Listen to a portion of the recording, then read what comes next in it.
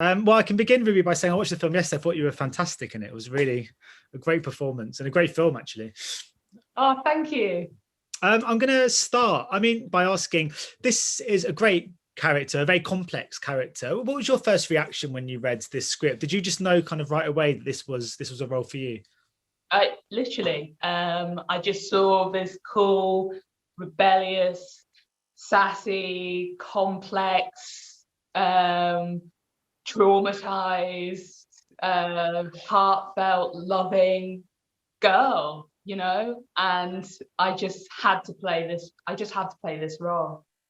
Yeah, because on paper, when you read what the character does, it makes her almost seem quite callous, almost rebellious to the point of being a sort of sociopath. But when you watch the film, it actually all kind of fits, doesn't it? Dare I say, she almost seems quite relatable. It's a kind of act of rebellion I could almost have seen myself doing at that age.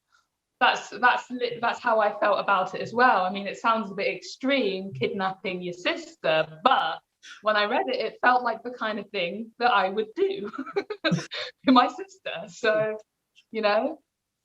And talking of the sister in it, Lily-Rose is wonderful, isn't she? It must have been great because you've got to form quite a bond in this. How is it working alongside her in this movie? Oh, it was amazing. We had the best time. She is a fantastic actress. We lived together when we made the film, which was just a great way to bond. So we were always in each other's face. We'd go climbing together sometimes, and we'd also go out for a run and stuff like that. She was just a great person to work with, and she really shows up for you. Yeah, because I was going to say as well, there's no such thing. Just looking at myself and all of my friends around me and stuff, you can tell there's no such thing really as a conventional family setup.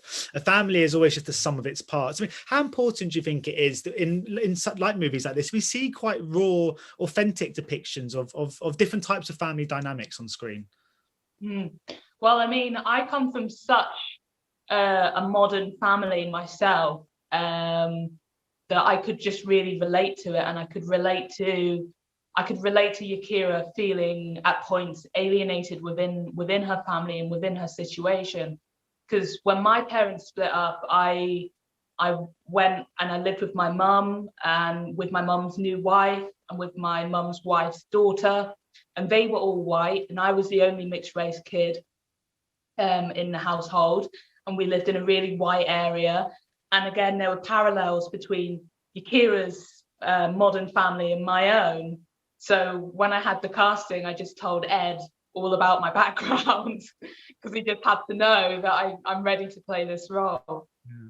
So, because I was reading about, because it sounds like you've sort of grown up in lots of different places. Where is there a place you consider home, or sort of a particular city or place? Because I know, was it Glasgow? You kind of spent a lot of your childhood. I spent a lot of time in Glasgow, yeah. But for me, I would say that York is home.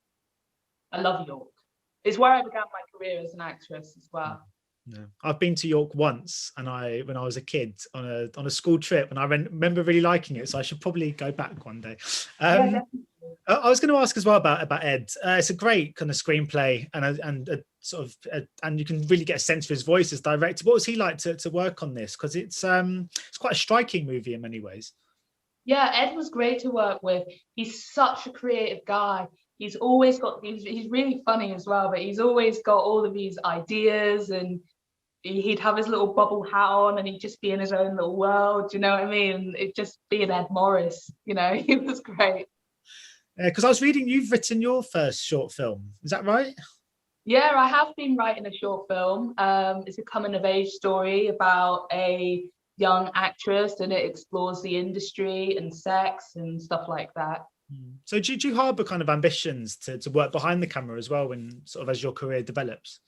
Yeah, I do. I really like what Michaela Cole's been doing. She's a massive inspiration to me. So is Lena Durham as well. I'd like to act, but I'd also like to write and produce work as well. Yeah, because I was going to say, do you think in some ways the best way to kind of create a landscape that has more opportunities for everyone is for people to get behind and start writing those projects as well, rather than waiting?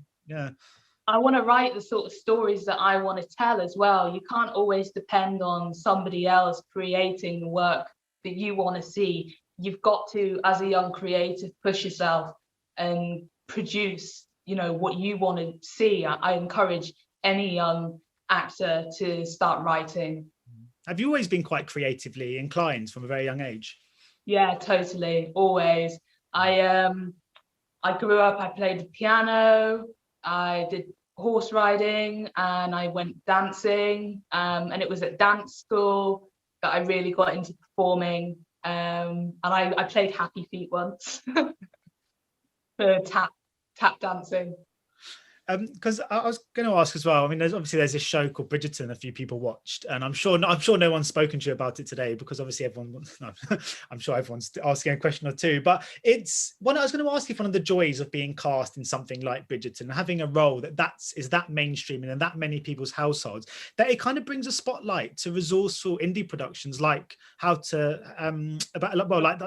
this film and like other things you could be working on. Do you think that's do you think that's one of the kind of perks in some ways to having a big role in a big TV series like Bridgerton? Is it kind of, it kind of puts a spotlight on everything else you might have going on? Yeah, it's put a spotlight on one of the most important projects of my life. What more could I possibly ask for? Yeah. Yeah, and because I was going to ask as well in regards, just sort of now, I was going to say the dust has settled, but everyone's still talking about Bridgerton. But I mean, how does it feel to know that you've been watched in millions of houses worldwide? It must be such an overwhelming kind of sensation to know that show has been a global phenomenon. Yeah, it's really weird. You know what? I don't think about it that much because I think it would just start to freak me out and make me a bit paranoid walking around in life. If I thought about how many people had actually sat down and looked at my face. Yeah, because I was speaking to the lead actresses from the Winx saga, which for a couple of weeks ago was the #1 thing on Netflix, #1 watch show, and they were saying it's quite a strange thing to know that there's something that's very much out there that everyone's kind of talking about, but because we're all kind of locked down, we can't hear it so much. Is that quite a strange sensation as well, to know that it's become this kind of cultural smash that everyone's kind of talking about, but when we're all here, we're not maybe privy to it? I mean, usually in the normal world, you'd probably be walking around Soho and be stopped about 15 times every half an hour, but I guess at the moment it must be quite strange to comprehend just how enormous it's been. Yeah, I know, and to be honest with you, I think I'm probably quite relieved in many ways because it has allowed me to sort of keep my anonymity for a bit longer, and it has allowed me to sort of come to terms with everything that's happened with Bridgerton in my own time. So there are definitely perks. Obviously, it would be nice to be doing the whole red carpet thing and all that sort of stuff, but I'm sure that will come in its own time. So you mentioned before about obviously wanting to tell stories and wanting to write certain stories. What sort of things are you interested in telling? Films a bit like How to Stop a Recurring Dream? Yes. I'd like to do more independent film. I'd like to do some theatre. I'd like to produce my own film. I'd like to play, obviously I'd like to play strong female characters. I'd love to play Cleopatra. I'm open as well to anything. Do you know what I mean? You never know what will come through the door. Yeah. Oh, you make a great Cleopatra. I think that's definitely worth pursuing. So my final question before I go is obviously, again, Bridgerton, everyone's sort of anticipating what's going to happen next. Is season 2, of course, is likely to be shooting this spring. Is that something you're kind of looking forward to get back into that world again?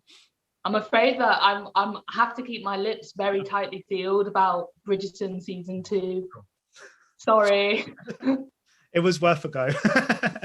But thank you so much, and best of luck with the release of this movie. It's a really great film, and I think it deserves all the attention it can get for sure. So and have a nice week. Thank you. Cool. All right, take Thanks, care. Stefan. Bye. Bye. Ladies and gentlemen, you're watching Hey You Guys. Hey You Guys, huh? Hey You Guys. Is that from the Goonies? It is indeed, yeah. Nice. Hey